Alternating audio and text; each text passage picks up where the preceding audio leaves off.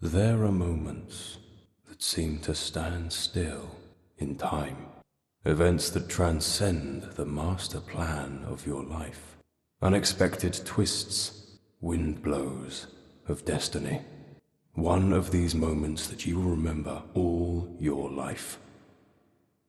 Or not.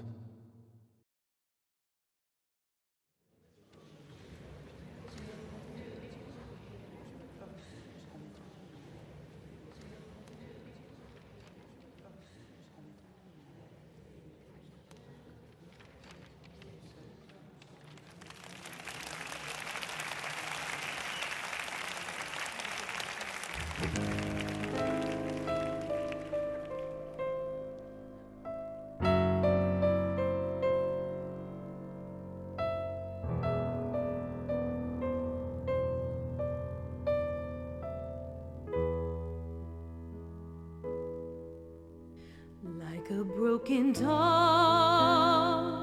the time to play the game is gone, has passed away.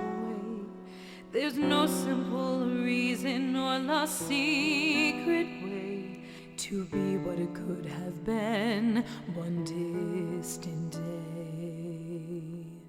Like a broken mirror, dry now your crystal tears and carry on away. It's the only you can do and nothing more to say. The scratches of your being have to tear your skin.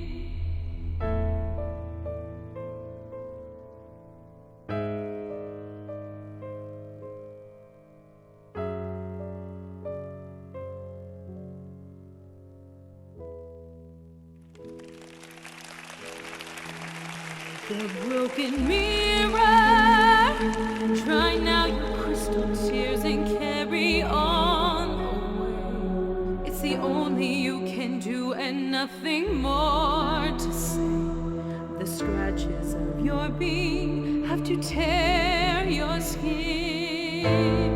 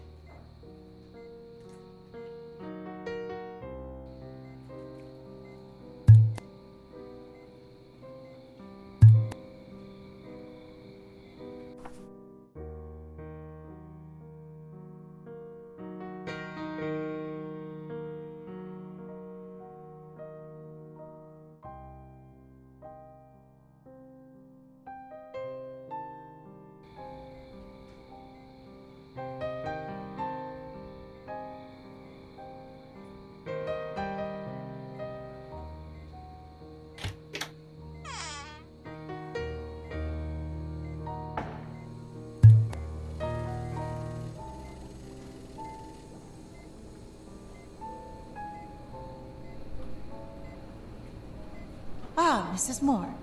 I'm glad to see you're feeling better. Dr. Stern is waiting for you in his office.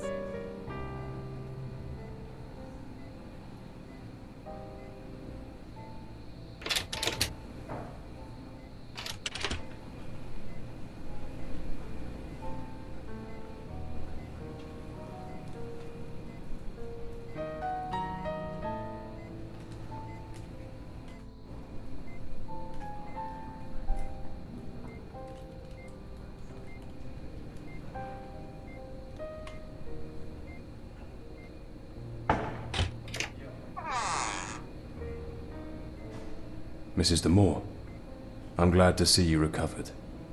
Please come in.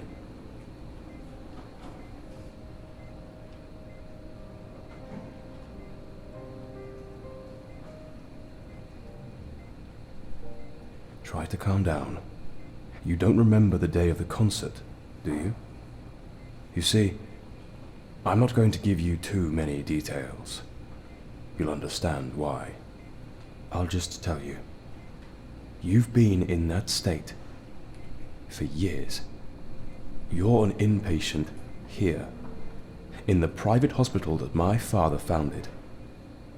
In fact, we have already had this conversation several times. But inevitably a short time later you fall back into an amnesic state. But I have good news for you today. Thanks to the tests we have carried out with you during this time, we have been able to develop a drug that can stop the forgetfulness process. The price you will pay, however, is hyper-reality. This drug has a powerful side effect. You will have a hard time discerning between what is real and the images of your subconscious. Mr. Moore, I would like to make you a proposal. A somewhat risky experiment, but also the only chance you will have to recover your memories. I propose that you return to familiar places and be directly exposed to your memories. This will be done under the effects of this drug, which seems to be the only effective method. Miss Castor, please prepare the doses I told you about in the laboratory for Mrs. Demore. Yes, Doctor. We will go to your family estate.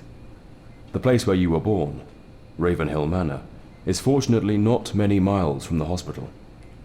For reasons unknown to me, you seem more likely to remember during the evening hours, so if you are able, we will go together tonight in search of your past and see if walking through the surroundings, now abandoned to the passage of time, can finally reconnect you with your memory.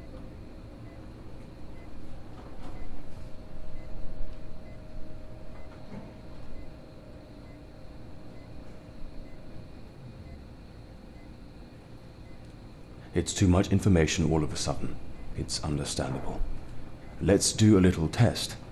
Back there, you will find a box with personal objects from when you arrived. Can you tell me if they bring back any memories? It is very important that you look at them carefully. It is very important that you look at them carefully. This way, we will predispose your mind.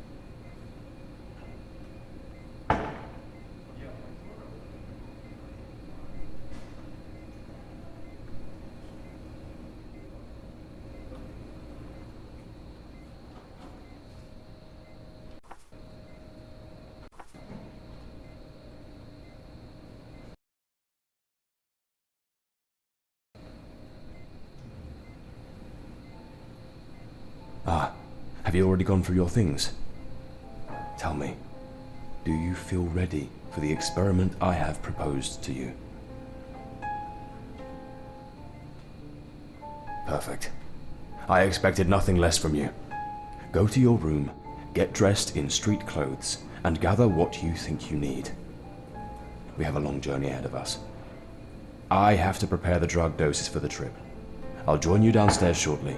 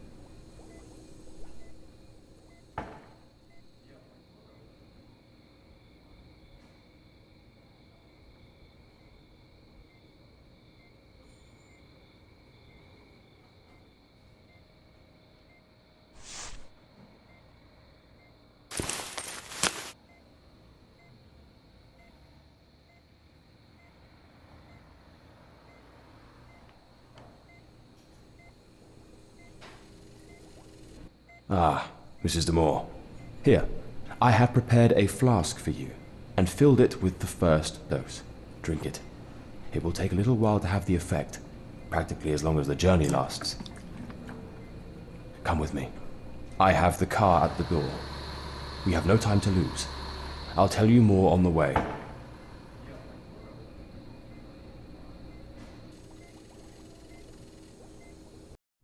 If you like, we will begin to prepare your mind. Remember, you will have hallucinations and unreal visions, which may seem like real nightmares, and will be mixed with real, valuable memories. Only you can choose which ones to keep. This is why I have not told you anything about your past, so as not to interfere with the recovery flow of your memories. One more thing. In the hospital, you are especially sensitive to mirrors. Seeing your reflected image seemed to transport you to your past, and you began to remember. Still, it was enough to see your reflection again, to fall back into the amnesiac state and reality without memories. So the mirrors you encounter will break the reality in your mind. But don't worry. Conditioned by the environment that was part of your past and this experimental drug, everything should be fine.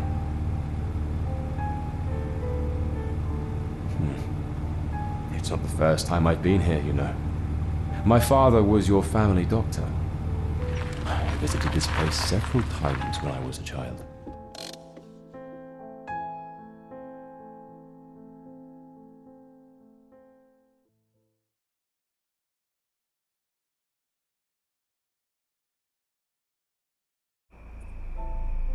We have arrived, Eliza. Ahead of you is the path that will shorten our access to the village and the Dollhouse facilities. How are you feeling? The drug should be working by now. Well then, it's the moment of truth. So from here on, you'll have to go on alone. But don't worry, I'll keep a close eye on you, trying to monitor your process. It would be best. I might get in the way of your memories, and this experiment won't have the desired effect. You must go straight ahead until you reach a fork in the road. One leads to the village and the Ravenhill countryside, and the other leads directly to the mansion. I advise you to take the second. Remember, Eliza, the subconscious will talk to you in many ways. You will not be able to distinguish reality from what your mind is explaining to you. Try to understand the symbols, the signs it will give you. They can be images, they can be noises, they can be words. Be attentive, Eliza. Be very attentive. See you later.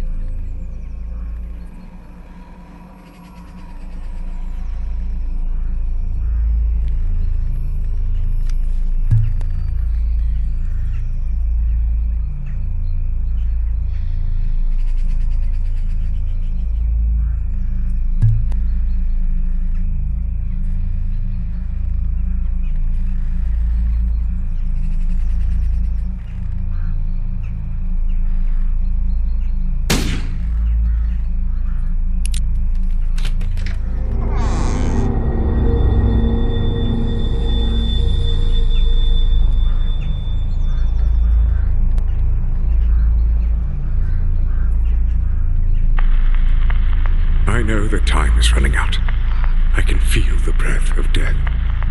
So tonight, I want to record everything that has happened over the years.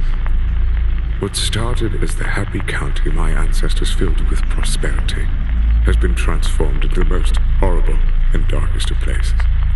That is why I am recording my account of events on the cylinders of this old phonograph that my father bought from Thomas Edison. I am Aristide de Moore, 4th Earl of Ravenhill, and I want to begin my story by cursing the day when Lavinia, my wife,